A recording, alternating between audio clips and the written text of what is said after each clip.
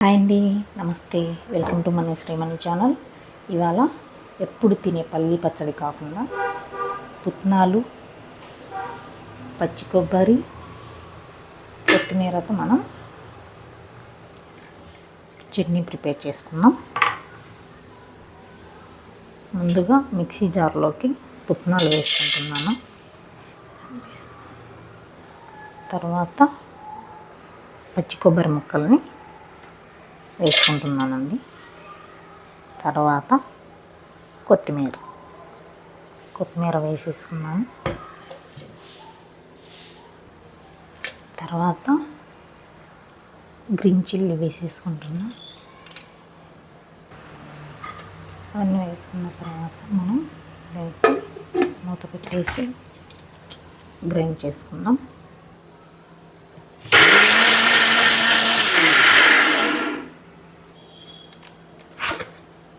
ఈ విధంగా గ్రైండ్ చేసుకోవాలి. ఇప్పుడు మనకు సరిపడా సాల్ట్ యాడ్ చేసుకోవాలి. సాల్ట్ యాడ్ చేసుకున్న తర్వాత మంచినీళ్ళు మనకు ఏ విధంగా కావాలన్నా, అంటే లూజ్గా కావాలంటే కొద్దిగా వాటర్ ఎక్కువ వేసుకోండి. ఈ విధంగా వాటర్ వేసుకొని మిక్సీ జార్ మూత పెట్టేసుకొని మళ్ళీ ఒకసారి ఇలా గ్రైండ్ చేసుకోండి.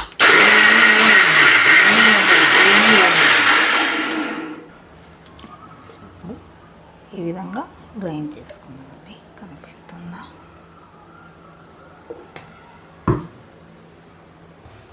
ఈ విధంగా గ్రైండ్ చేసుకున్న చట్నీని మనం ఒక కప్పులో వేసేసుకొని కనిపిస్తుందండి. ఇప్పుడు స్టవ్ ఆన్ చేసుకొని ఒక ప్యాన్ పెట్టేసుకున్నామండి. అందులో కొద్దిగా ఆయిల్ వేసుకున్నాను.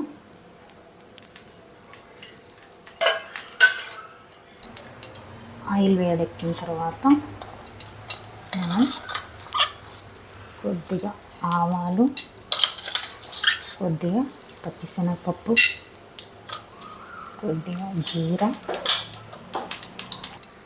కొద్దిగా మినపప్పు,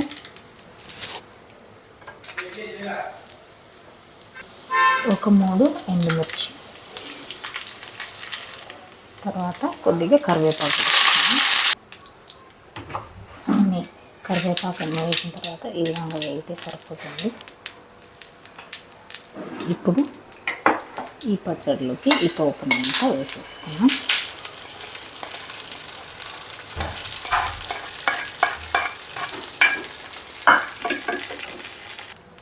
అంతేనండి, మన పుట్నాలు, పచ్చి కొబ్బరి చట్నీ రెడీ.